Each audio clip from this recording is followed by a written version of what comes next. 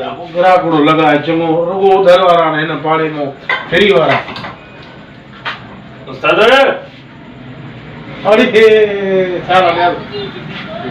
कह दो हां वे वाला वाले तो के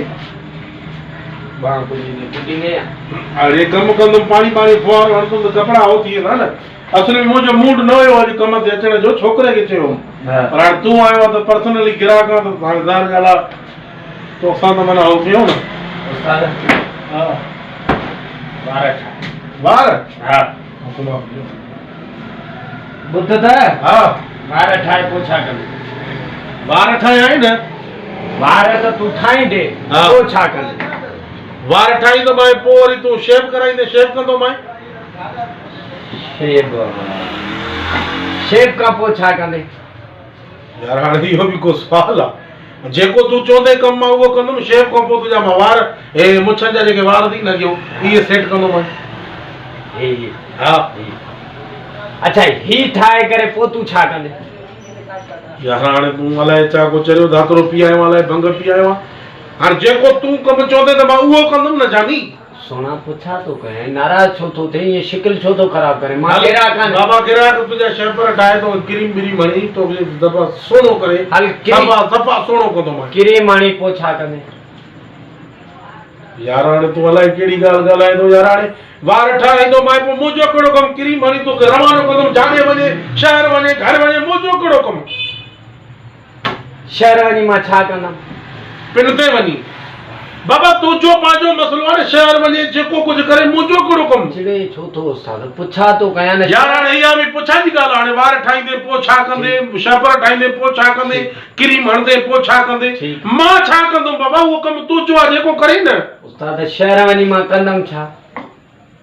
बाबा शहर वेंदे तू सब्जी बब्जी वरदे को सामान वरदे घर जे लाए पो घर मोटी ने घर मोटी अची छा कंदा पो मुकारो कंदे मुजो चिड़े छो यार अने न चिड़ा यार दलील छो तो करे मुके को गिराकी न लगिया बे छोरो सफाई न करे वा जे घर में तुम पो छा कंदुम उस्ताद छोरो सफाई न करे वा त मां छा कए अदा पो हाने तू घर वने जेको भी करे मां छा कए चिड़ो न पगे दियो यार अने पगर जू न यार खाम का दलील न कर न बाबा घर वेंदे पाने बचन बारन सा मिलदे घर में वेंदे सुकून वरदे न खाजी छो थी दिया खाजी त नडन बारन के थींदी आ उनका मोचड़ा हणदा हूं हां तोखे अलाए केड़ी खाजी आ हुकुम कर पो तू घर वनी मां छा कंदम इयो बुधा घर वनी अदा ए दिस मां दिस वा नाय दिस तो बाबा बस मां तो ताऊ मलाए ताऊ मले पो छा कंदम पो मथो तेल विझेस पो तेल में छा थींदो पो मोकारो थींदी ये हां ये मोकारो थींदी सफाई तू कयो आ न बा तो के तजरबो दस्या तो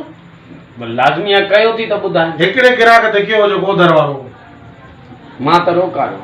तो के तजरबो दस्या तो न जलील करे तो खामका वार ठाए पो छा कंदे शहर वेंदो पो छा कंदम घर वनी छा कंदे हेडे ने तो बाबा खुदा के मन वार ठाए दी करे तो तो सहेलू हो एकड़ो बियो ग्राहक आयो न जा ठाया मां एकड़ो में पैसा न वड़ पैसा तो वड़ तुम जलील छो तो करे रेडी न करे बाबा मां वार न ठाई मुथे तो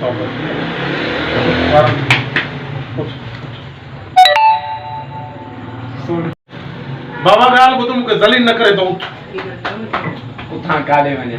अरे उथे तो बी थैलू तो वने हिते ता ठीको दिया बाबा उठ तो उठ माने ठाई मारो उठ खाली कर ठीक तो अरे